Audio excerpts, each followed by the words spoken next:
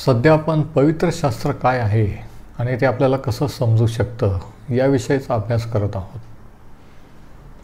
आणि ह्या मालिकेमध्ये पवित्र शास्त्राचा सारांश म्हणजे शास्त्र काय, त्याच्या प्रत्येक पुस्तकाचा काय विषय आहे हे आपण थोडक्यात पाहत आहोत. ह्याच्या अगोदरच्या संदेशात आपण पाहिलं की पवित्र शास्त्राचे 2 भाग आहेत. 66 पुस्तकांचा तो एक संच आहे आणि प्रत्येक भागामध्ये 4-4 विभाग आहेत. आज आपण प्रत्येक पुस्तकाचा आढावा आजपासून आपण थोडक्यात पाहूया की प्रत्येक पुस्तकामध्ये काय आहे. तर पहिलं जे जुन्या करारातलं पुस्तक आहे ते आहे उत्पत्ती. आता उत्पत्ती या पुस्तकामध्ये उत्पत्ती म्हणजे प्रारंभ, आणि या पहिल्या पुस्तकामध्ये सर्व गोष्टीचा प्रारंभ किंवा सुरुवात आपल्याला आढळते.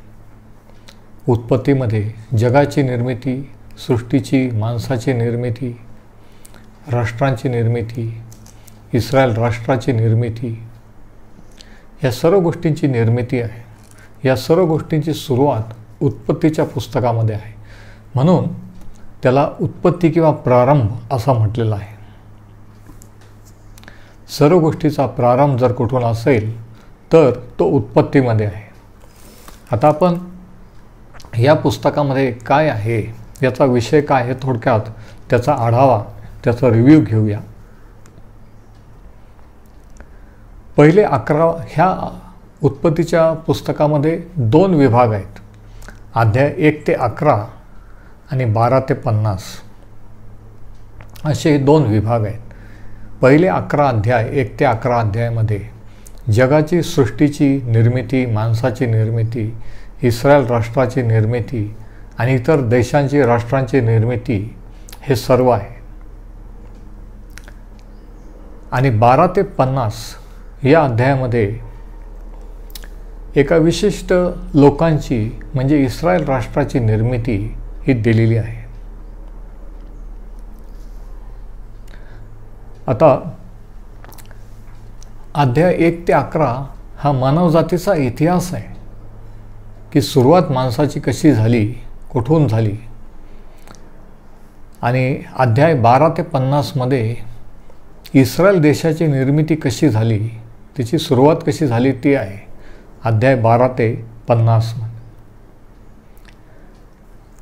1 ते 11 अध्यायामध्ये जवळजवळ 2000 वर्षाचा काळ आहे.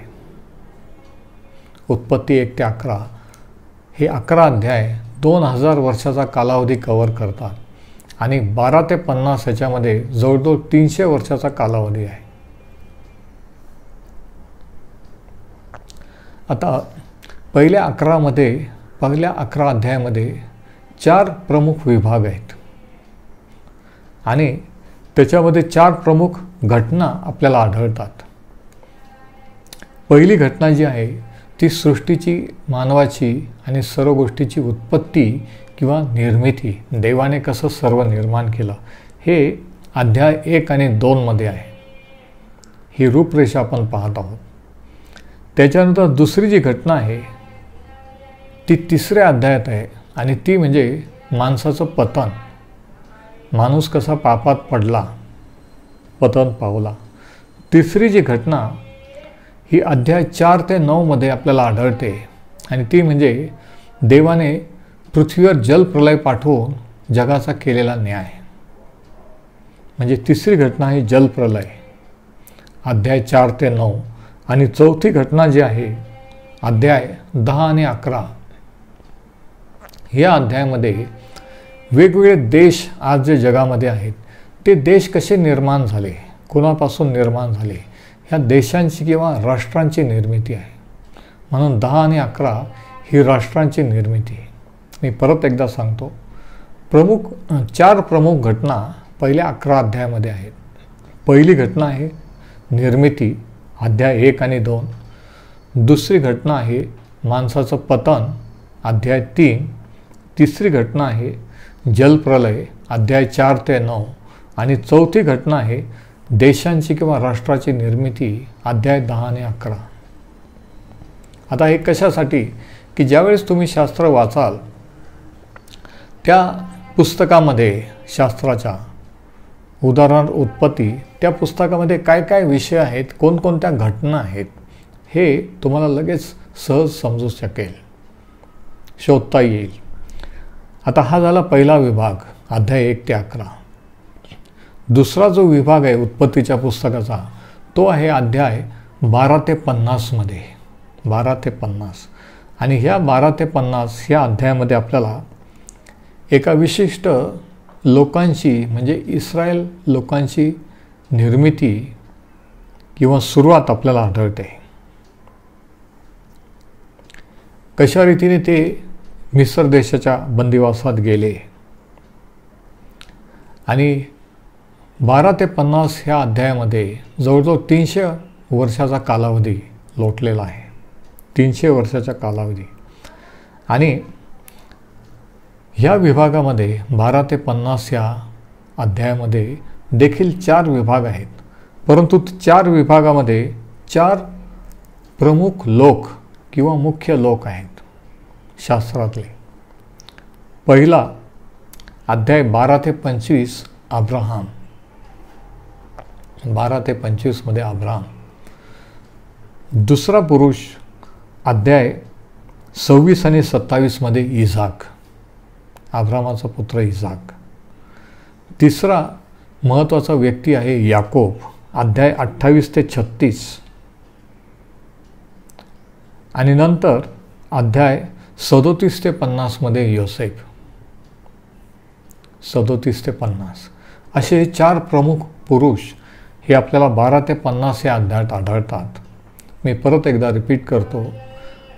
12 ते 25 मध्ये अब्राहम, दुसरा इसाक 26 आणि 27, तिसरा याकोब 28 ते 36 आणि चौथा योसेफ 37 ते 50.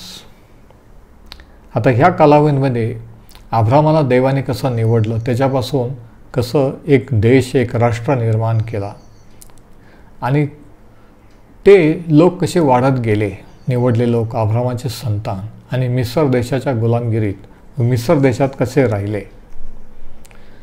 आणि उत्पत्तीचा शेवट हा योसेफाच्या मृत्यूने आहे. त्या पुस्तकात आपल्याला आढळतं की कशा रीतीने अब्रामाची संतान मिस्र देशात वाढत वाढत गेली. नंतर दुष्काळ पडला आणि नंतर याकोबाने आपल्या पुत्रांना मिस्र देशात पाठवला. आणि अब्रामाची संतान म्हणजे इस्रायल लोक मिस्र देशात कसे गेले. आणि त्याच्यानंतर आपण उत्पत्तीच्या शेवटी असं वाचतो की योसेफ 110 वर्षाचा होऊन मरण पावला आणि त्याला मूठमाती देण्यात आली. म्हणजे उत्पत्तीच्या पुस्तकाचा शेवट अशाने होतो की देवाचे लोक इस्रायल हे मिस्र देशाच्या गुलामगिरीत गेलेले आहेत. एक नवीन फारो राजा सत्तेवर आलेला आहे, ज्याला योसेफाची ओळख नाही. योसेफ याकोबाचा पुत्र मरण पावलेला आहे आणि याकोबाची संख्या म्हणजे इस्रायल लोकांची संख्या वाढत चाललेली आहे. आणि हा नवीन फारो राजा, त्याला हे लोक कोण हे माहीत नसल्यामुळे तो त्यांचा छळ करू लागलेला आहे. अतिशय बिकट कठीण परिस्थितीत ते आहेत आणि ते आक्रोश करीत आहेत की देवाने त्यांना मुक्त करावं. आणि देवाने त्यांची प्रार्थना ऐकली. देव त्यांची प्रार्थना ऐकतो, त्यांना मुक्त करण्याची योजना करतो, त्यांना मुक्त करणारा जन्माला कसा घालतो आणि कसं त्यांना मुक्त करतो हे पुढच्या पुस्तकामध्ये आहे, म्हणजे निर्गमच्या. ते आपण पुढील संदेशात पाहूया. तर उत्पत्तीच्या पहिल्या अध्यायामध्ये आपण पाहतो की देवाने सर्व काही निर्माण केले. सृष्टीची, माणसाची निर्मिती केली. माणसाने देवाची आज्ञा मोडली आणि मरण हे आलं. आणि उत्पत्तीच्या शेवटच्या अध्यायाचं शेवटचं वचन आहे की योसेफ मरण पावला. म्हणजे उत्पत्तीच्या पुस्तकाचा शेवट हा मृत्यूने होतो, की देवाने जे सांगितलं होतं ते पूर्ण झालं. परंतु मृत्यूवर देखील देवाने उपाय केलेला आहे.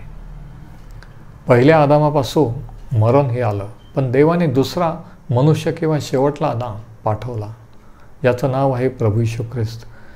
आणि त्याच्याद्वारे माणसाला परत देवाशी समेट होण्याचा, देवाकडे वळण्याची संधी दिली.